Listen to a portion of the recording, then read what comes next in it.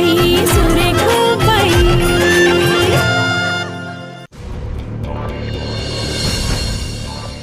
चाळीत राहतोस. गाडी बॉसची आहे.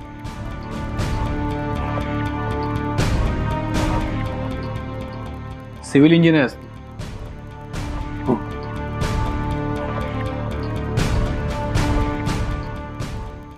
तुझ्या हातून घडलेल्या गुन्ह्याचं गांभीर्य कळतंय का तुला?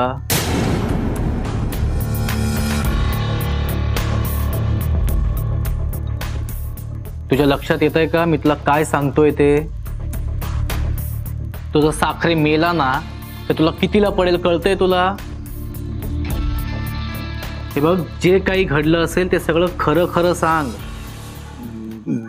मी सांगितलं ना सगळं. होपसो तुला कळतंय मी काय सांगतोय ते.